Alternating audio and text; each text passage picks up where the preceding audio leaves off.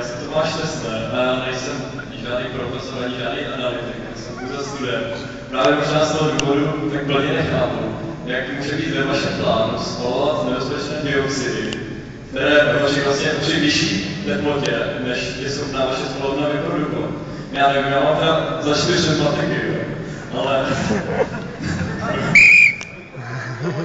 ale když dostanu příklad, že dioxid se pálí při 1200 stupních a mám žár pouze 1100 stupňů, tak nedokážu zkrátka ten odpad spálit, jako tato úloha nemá řešení. Stejně jako vaše spalovna, jak se mi ptá.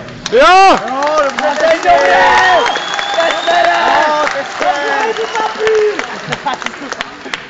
Děkuji. Teď ještě něco s chemiem, jestli takže ve vaší pomočce mystifikace bylo uvedeno, že Pardubice nezahalí ústí černých dým, nebo že nebudou vyprodukovány tuny odpadů. Ale já myslím, že tady každý ví, že k potravě stačí velice málo, že nepotřebujete sníst skutečně tuny kyaninu, abyste se otrávili. A dokonce i já z vlastní zkušeností i s chemii vím, že jsou skutečně látky jedovaté, látky více jedovaté a látky zatracené jedovaté. A myslím si, že ty, co vypouští vaše, respektive doufám, že nebude vypouštět vaše spalovna, tak ty patří k tomu třetímu druhu. A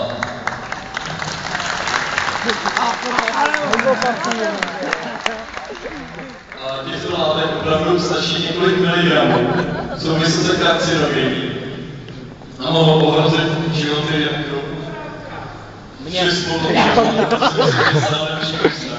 Stejně tím, když navázal možná i trochu na ekologii. Vy jste tady vlastně říkali,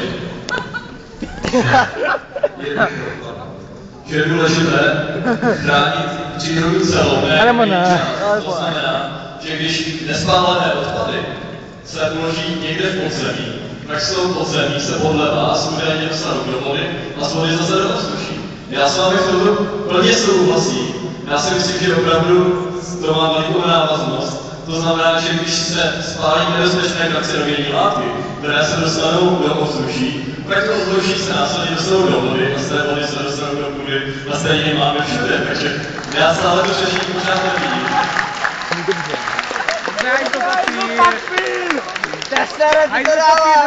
A stále mi také nepřipadá, že to až tolik řeší uložení těch nebezpečných látek. Protože, jak byste tady tvrdili, tak nedopalky, jestli to tak mám říct, budete vozit do částovek, kde se stejně ukládají do země, takže tímto způsobem si v podstatě budeme znečišťovat životní prostředí ze dvou směrů, aby jsme to vyšli.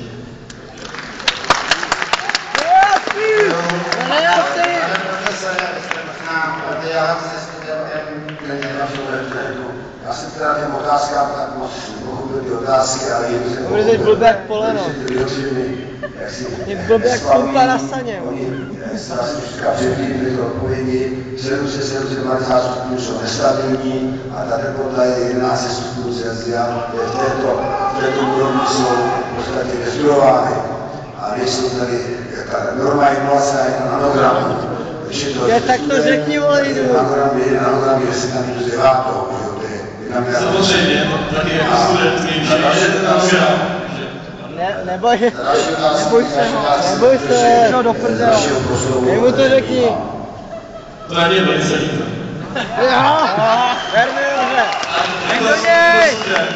Jelikož mám to štěstí, že mám výbornou chemikářku, tak vám můžu říct, že jeden nanogram vysoce karcinogenní látky obsahuje spoustu, ale opravdu spoustu molekul.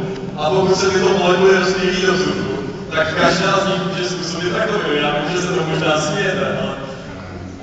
Já se nesmějím, já si nebolíte, já se pro, tak bych kromě toho vyvolávání něco řekl. Vy máte příteli pravdu v tom, že látky, které jsou karcinogenní, tak pro ně neexistuje nějaká prahová hodnota. Ten je bezprahový a jako takový se s ním zachází.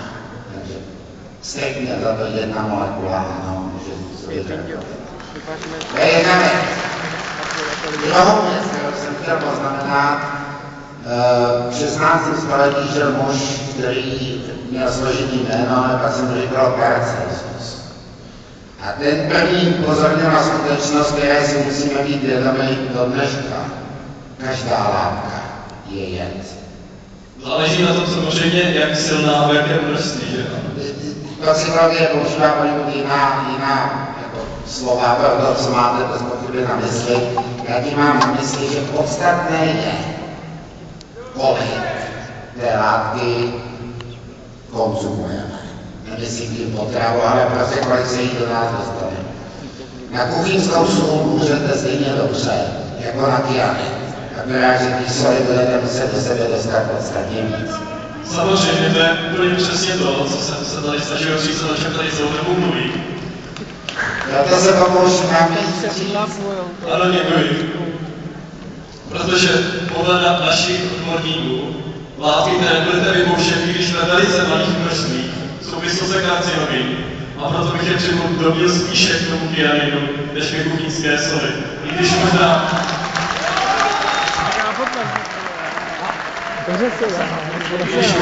nic nejsou zury a zdaleka nezahalí celé Pardubice neplní vrtulník černým dýmem.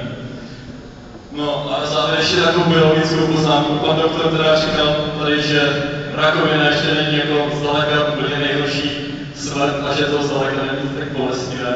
Já určitě věřím, že jsou zdaleka bolestivější smrti, ale kdyby si teda měl dovolit, tak já bych raději zemřel na nějakou cirhózu nebo tak, jak si za smrt můžu. Děkuji. Já nejsem věřící, ale teď vám na taky se nerouhal. Děkuju.